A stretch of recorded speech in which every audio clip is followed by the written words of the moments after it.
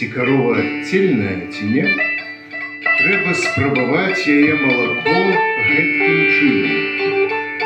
У сухую судзіну удаіць крыху малака і, узяўшы сухую саломінку, памачыць яе ў малаку, пасля выняць і павісшую на ёй каплю малака страсці ў шклянку з чыстаю халоднаю вадою.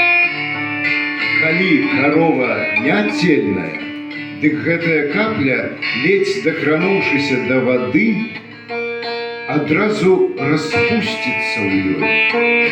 І наадварот, калі карова цельная, дык капля малака, стрэсеная з саломінкі, пакуль паспее распусціцца ў вадзе, дык дайдзе ледзь не цэлую да самага дна шклянкі. Гэтае з'явішча тлумачыцца тым, што малако цельнае каровы болей ліпкае, дзеля чаго і не так хутка распушчаецца ў вадзе.